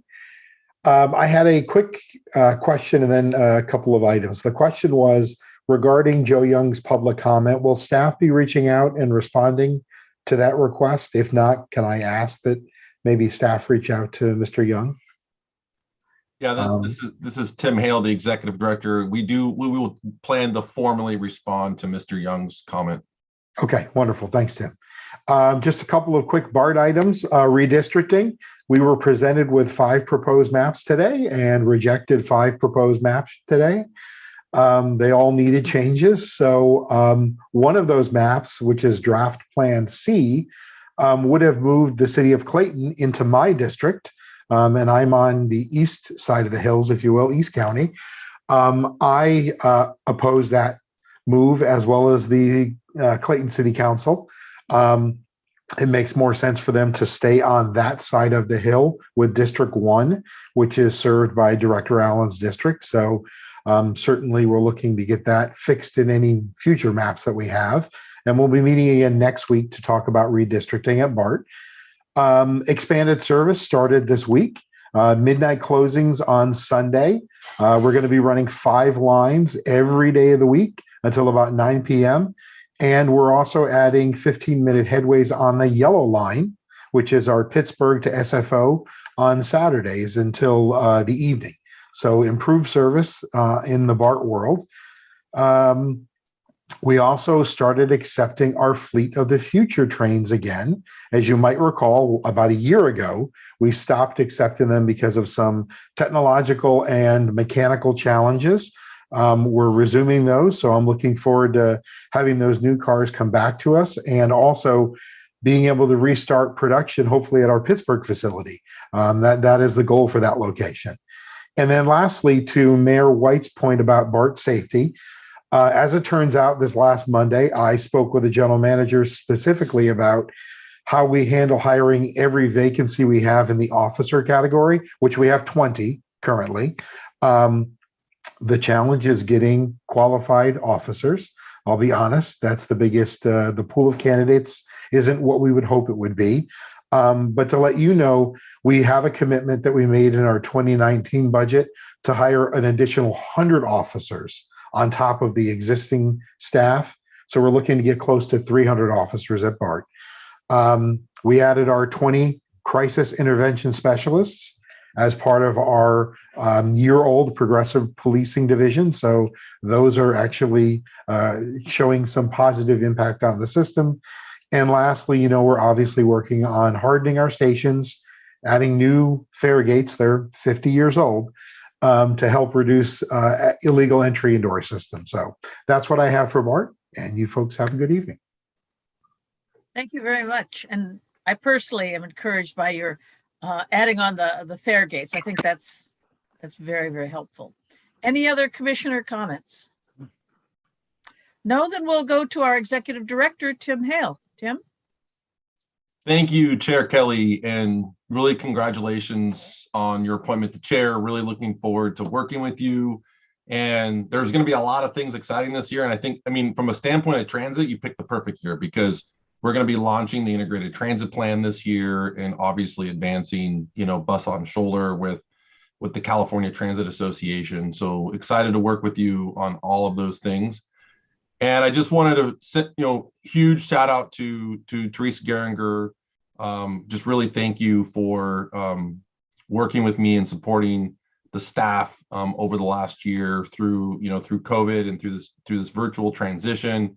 Really had a pleasure working with you as through the first year as my executive director. And I know we spent a lot of time together really navigating all of the virtual world and all the accomplishments of the authority, and really enjoyed your passion about accessible transportation and Vision Zero. And I think a lot of that kind of led to some of the successes last year with the authority board adopting Vision Zero and also the accessible transportation plan, and also applaud your efforts with being the first city in the county to adopt Vision Zero. So really thank you for all the support, the guidance, your leadership, and really appreciate it. Speaking about accomplishments, in your packet, there's a whole list of activities and accomplishments that we had for 2021. And this is just a real opportunity to kind of demonstrate all the great things that we've done in the year for you to share either at a city council meeting or with your constituents. And I know we've talked about a few of them already during the meeting, but I think one that was really impressive is that we approved over $16 million last year for local jurisdictions to pave local roads. So to Chair Kelly's point, these smaller local projects are really, really important. Also, we funded the integrated transit plan, and also we were awarded several grants, particularly the California Energy Commission grant to advance our EV readiness blueprint. And we also launched the countywide transportation plan last year. So I thought it was really huge. And as CCTA, in terms of all of our efforts, we continue to receive awards, and through that effort, we continue to receive an award for the comprehensive annual financial report for 2020, but also we completed the I-680 HOV and express lane conversion project, and there was just several awards that we received for that project, including being the 2021 Road Project of the Year in Roads and Bridges Magazine last year. So huge accomplishment and really huge recognition for the team and the staff to complete that project and 1 year ahead of schedule and under budget. Representative Worth talked about the transit-oriented community policy, and I just wanted to highlight that for a minute. We will plan on bringing that to the board next month for discussion. I think we're gathering more information. As Representative Worth mentioned, John Hong, our staff, our director of planning, is reaching out to all of your local jurisdictions to get input and feedback. It will have a huge impact on PDAs, priority development areas. But what's really interesting about the TOC is that they're trying to really tie discretionary funding to transportation funding to housing. And so this is something I know will be of great interest to all of you for next month in terms of discussion. The other thing that we also started launching was our countywide transportation plan outreach. And so Lindsay Willis, our Director of External Affairs, and John Hong, our Director of Planning, we've started the rounds with a lot of our major stakeholders announcing our update of the CTP and really trying to seek their advice and input on how to really get meaningful engagement in that process from our key stakeholders. The other thing that we're doing, just based on a lot of the feedback from all of you, we've been meeting with Congressman DeSaulnier and also Congressman Garamendi on developing a federal IIJ, or Investment in Infrastructure Jobs Act strategy. And so what we're planning on doing is we're going to be reaching out to all the local jurisdictions through a survey and seek what projects local jurisdictions would like to submit into the IIJ based on the number of programs that are going to be available. And we're going to look for opportunities to leverage the IIJA as much as possible, both with the local jurisdictions and the projects. We may look for opportunities to bundle projects to make them more competitive for federal funding, but also look for opportunities to leverage match. I know some of the local jurisdictions may have some local dollars that they may already have on a project, and we want to make sure we have the opportunity to leverage those local dollars as much as we possibly can. So staff is working on developing an overall kind of roadmap and federal IIJ strategy. A bit of bad news, since the last board meeting, you may recall the Local Motors Ollie 2.0 shuttle that we were giving a lot of tours around at Gomentum Station, and Local Motors actually closed their doors. So they are no longer in business. And that is kind of, the world that we live in as part of Gomentum Station, working with startups. And so we were really surprised about that. And so we are looking for a replacement for that shuttle. And we have a solicitation out to a few partners, but I know everyone really enjoyed seeing the shuttle, riding the shuttle, and it was integral to our program. But this is what happens when you're working with startups and kind of advancing technology, mobility. And so we will be working, to find a replacement, working with others on that as well. I also had the pleasure of going and meeting with Colorado DOT to talk about their I-25 managed freeway project. And so if you recall, we have been evaluating some similar technology out of Australia, the Vic Roads Transmac technology, and they were the first to actually implement that technology in the United States. And so we met with them and understood kind of lessons learned, et cetera. But just what was really interesting is that the I-25 is a very similar traffic as the I-680. The corridor already had existing ramp metering. So by just implementing software and better vehicle detection on the corridor, they were able to realize 15 to 30-minute travel time savings in the corridor just by optimizing the existing ramp metering better using that software. So something, again, this is just kind of a testament to using that type of technology on some of our projects. Lastly, Commissioner Mitchoff mentioned going back in person in public meetings. So we will have an agenda item on the March meeting to talk about coming back in person. We are setting up the boardroom for hybrid meetings, and so we will look forward to have that conversation with the board next month in March. Just so you all know, the staff adopted a flexible worksite policy, and we are actually going to be fully adopting that policy and bringing staff back to the office officially starting March 1st. So I just want to kind of announce that to everyone. However, we will continue, obviously working in a hybrid work environment, like I'm sure a lot of your agencies are already doing. So right now we're planning to be in the office anywhere from 1 to 2 days per week, and obviously be in the office to support, all of you and support public meetings for the authority. So that concludes my report. I'll turn it back over to Chair Kelly. Okay, thank you, Tim. Appreciate it. So no questions. We'll move on. The calendars are all in your packet. And with that said, I think we are now going to move into closed session. Is that correct? Yes, correct. So I have a breakout room ready for the closed session. The 11 primary board members, as well as some staff, will be going into the breakout room. The remainder of staff and the representatives and the alternates, if you want to leave, feel free, or hang out with me. And I will go ahead and open the breakout room now. Terry, I Thank you, want to Terry Ann. commend you. You're the only agency that's got this act together. Yeah, good job. Thank you. Mark and I get to go party. See you all later. Okay, so I got the invite, now it went away. Okay. Are we automatically put in the breakout room? I guess we are. You have to, you should be able to click the join. Did you get a join? I did, and then it went away. Okay, here we go. Breakout rooms. Let's see. I don't want to close out my rooms. There's a join. Okay. Do you have it? Okay. I can move you if not. Good. Looks like we still have Arnrich, Nowak. Aren't you going in, Tim? Yep. Okay.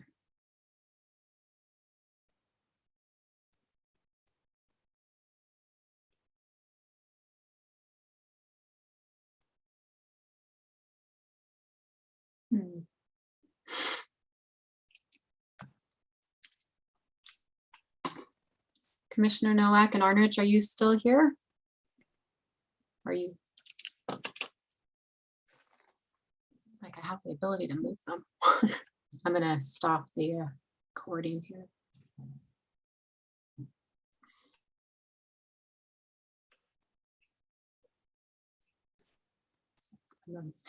Thank you. The Authority Board has unanimously approved an agreement with Theodora Obringer PC to provide legal services for us in this closed session item. So, and can I just confirm were Arnrich and Nowak absent? Yes. Correct. Yeah. But their lovely photos are showing to us now. And since I'm sure Chair Kelly is adjourning the meeting, they won't know that the meeting's over. Thank you, Karen. So with that, we will adjourn the meeting, and our next regular meeting will be on March 16th, 2022 at 6 p.m. Thank you, everyone, and have a great evening.